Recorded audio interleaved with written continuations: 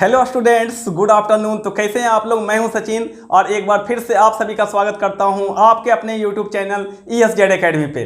तो बेसिकली आज ये वीडियो बनाने का हमारा खास मकसद ये है कि आपकी प्रिपरेशन कैसी चल रही है SSC JEE की, उसके रिगार्डिंग हम लोग बात करेंगे। और जो न्यू एग्जामिनेशन पैटर्न अभी SSC JEE का अभी रिसेंट आया है उसके बारे में हम लोग चर्चा करेंगे, क्योंकि अभी जो एग्जामिनेशन पैटर्न आपका SSC JEE का इससे पहले हुआ करता था वो एग्जामिनेशन पैटर्न अब थोड़ा चेंज हो गया है। अभी कैसे कैसे एग्जाम होंगे और इसके बारे में हम लोग चर्चा करते हैं। तो इस बार जो एग्जामिनेशन होने वाला है SSC JEE का, उसका CBT 1 का एग्ज़ाम आपका 9, 10 और 11 अक्टूबर को शेड्यूल किया गया है। तो इस बार जो एग्जामिनेशन पैटर्न होगा बच्चों, यहाँ पे जो CBT 1, CBT 2 और डॉक्यूमेंट वेरिफिकेशन, ये 3 चरण में ये एग्जामिनेशन इस बार भी होने वाला है। लेकिन जो पहले CBT 2 की जगह पे जो आपका कन्वेंशनल एग्ज़ाम होता था, वो कन्वेंशनल एग्जामिनेशन अब नहीं होगा। आपका जो डिस्क्रिप्टिव टाइप पेपर होता था वो अब नहीं होगा। अब ये दोनों ही एग्ज़ाम्स जो आपके PT और मेंस हैं, दोनों CBT 1 और CBT 2 दोनों ऑब्जेक्टिव एग्जाम होने वाले हैं। तो CBT 1 का जो एग्जामिनेशन जो पहले होता था उसमें कितने क्वेश्चन होते थे? टोटल 200 क्वेश्चन होते थे, जिसमें 50 क्वेश्चन टेक्निकल, उसके बाद 50 क्वेश्चन रीजनिंग और 50 क्वेश्चन होता था GS का, GK GS का।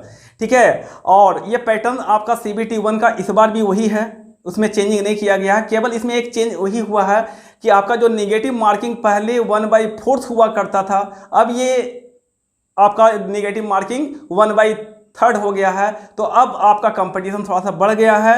अब यहाँ पर जो एक्यूरेसी के साथ खेलेंगे उनका ही सिलेक्शन होने वाला है। और जो आपका CBT 2 एग्ज़ाम होगा आपका, वो भी आपका क्या होगा? ऑनलाइन होगा। ये ऑब्जेक्टिव पेपर होगा, उसमें 100 क्वेश्चन होंगे, ईच क्वेश्चन कैरी 3 मार्क्स, और ये फुली टेक्निकल एग्जाम आपका होगा।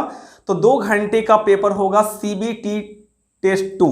ठीक है। CBT टेस्ट 2 जो आपका होगा कंप्यूटर बेस्ड टेस्ट, उसमें आपके 100 क्वेश्चन होंगे और एक क्वेश्चन 3 मार्क्स का होगा। तो टोटल 300 मार्क्स का एग्जाम होगा और उसका टाइम का ड्यूरेशन होगा आपका 2 आवर्स का। ठीक है। और उसमें भी आपका नेगेटिव मार्किंग वही है, 1/3 है। ठीक है। तो अब देखिए यहाँ पर क्या है, उसके बाद आपका जो डॉक्यूमेंट वेरिफिकेशन जो लास्ट स्टेप हमारा होता था सिलेक्शन का, वही इस बार भी वही होने वाला है। डॉक्यूमेंट वेरिफिकेशन में कोई ऐसा चेंजिंग नहीं किया गया है। ठीक है। और जो आपका CBT 1 और CBT 2 ये दोनों का आपका नेगेटिव मार्किंग आपका 1/3 है।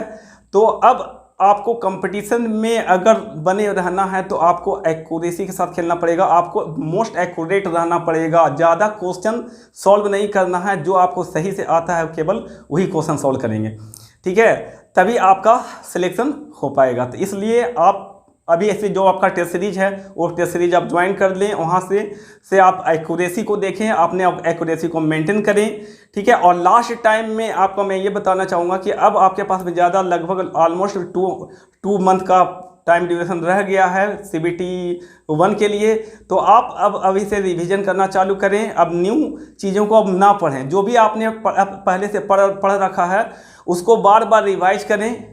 और जितने भी फार्मूले आपके, चाहे वो सिविल इंजीनियरिंग वाले हों या फिर मैकेनिकल या इलेक्ट्रिकल, सब के लिए मैं यही बोलना चाहूँगा कॉमनली कि आप फार्मूले को अच्छे से रिवाइज करें। सारे फार्मूले आपके क्या होना चाहिए? आपको कंठस्थ होना चाहिए। ठीक है। तो आप सारे फार्मूले को मेमोराइज कर लें। इससे होता क्या है कि बहुत सारे क्वेश्चन जो आपके CBT 1 में जो आने वाले हैं वो फार्मूला बेस्ड क्वेश्चन होंगे। आपको अगर फार्मूला पता है तो बहुत सारे क्वेश्चन आप डायरेक्टली उसे सॉल्व कर सकते हो। तो फार्मूला सबको याद कर लेना है और बाकी जितना से ज़्यादा रिवीजन करके आप एक्यूरेसी पर ध्यान दें। और मैं एक चीज़ और बताना चाहूँगा कि अभी बैचेज ESZ एकेडमी में भी ऑफलाइन बैचेज भी स्टार्ट हो रहे हैं। तो जो डिप्लोमा इस बार जो 3rd year pass out student है, जो फ्रेशर स्टूडेंट हैं, उनके लिए मैं बोलना चाहूँगा कि अभी जो SSC JEE का एग्ज़ाम होने वाला है उसमें आप अपीयर हो जाएं, कोई दिक्कत नहीं है। लेकिन इसमें थोड़ा सा चांसेस थोड़ा कम होते हैं। कुछ स्टूडेंट, ऐसा नहीं बोल रहा हूँ कि उनका सिलेक्शन नहीं हो सकता, लेकिन उनको अभी टाइम दे करके तैयारी करना चाहिए। ठीक है। आपको कम से कम 7 to 8 मंथ जो पूरा सिविल इंजीनियरिंग का जो कोर्स होता है, आपको पूरा टेक्निकल और नॉन टेक्निकल सब्जेक्ट इसमें पूरे अच्छे तरीके से करवाए जाते हैं। आपको टाइम देना पड़ेगा 7 to 8 मंथ।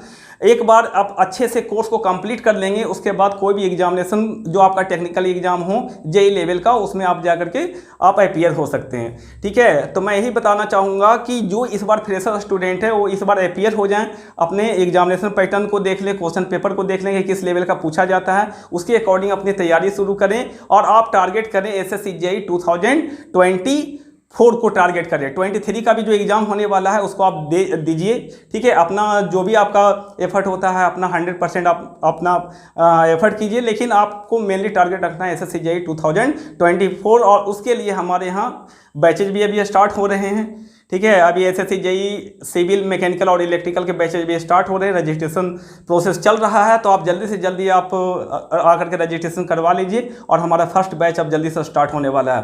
ठीक है, और अब मैं यही बोलना चाहूँगा कि आप लोग को जो है इस एग्ज़ाम के लिए तैयारी के लिए आपको ज़्यादा टाइम नहीं बचा है, तो आप टाइम इधर उधर ज़्यादा इन्वेस्ट ना करें। ठीक है, और अपने स्टडी पे फोकस रहें। So thank you very much और मिलते हैं हम लोग नेक्स्ट वीडियो में, और उसमें मैं आपको बताऊंगा कि और आपको आगे क्या करना चाहिए।